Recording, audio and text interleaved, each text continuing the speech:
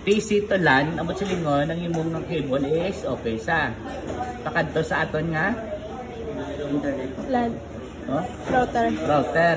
Then from router, ka-connect ang ari nga cable sa N. Sa COMLAB 1 which is ara tong internet. Nga ka-connect man to si switch sa dikto ka sarpag. Amot silingon okay nyo cable. Usually may default may ang router kada isa. So ang aton is ang iyati piling is ang mali ay 192. ay wala mong nerd set. Sila nga. Ayun ang password din naman. Bobo kami. Tanan. Ay, ito.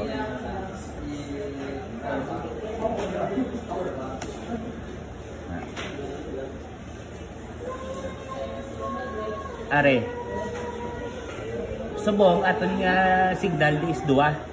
Apat ganay kay may atas dalaw mo. Iya ka guess. Pero may ara nga apat ya antena pero 2 lang yung signal pero ang iya nga kada sigon or ang laghap ang signal is dasig.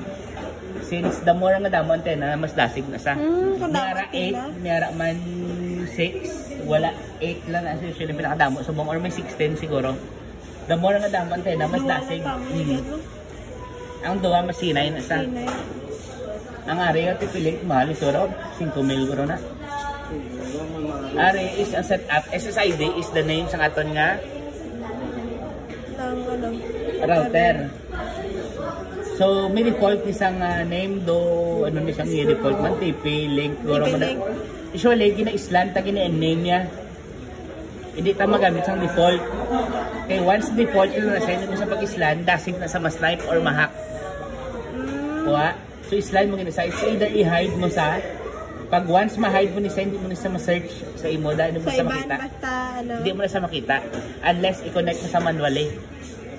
IP address. Are password na. Then guess kung gusto mo turn on, pwede mo bakod yun kami guess yo. Nami yan. Next. Usually, bis ka mag-ilis sa password, isa ang question ta nga kasulod mo sa wifi nga kasulod. Dire na sang purpose si access control. Si access control may duwa na sa function, may blacklist kag may whitelist. Anong whitelist? Si whitelist amo ni sang gina-allow mo tanan nga device nga maka-connect. Anong gamiton mo sa pag-add sa iyang connection? Ang iyang MAC address, IP address. Iyang MAC address, correct. MAC address na amo ni sa dyan na yan. Butang mo na din yung MAC address.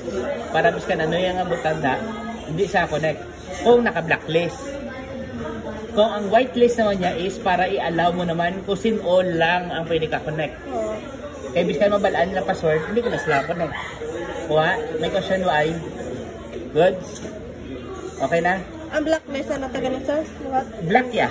Tanan nga hindi makakonect. Once ma-declare ka din sa iyang MAC, automatic tanan nga naka-declare na di i-filter na amo din sa hindi ka connect. Okay. Ang whitelist, kung sino nga rin di sa list, siya lang ang pwede ka connect.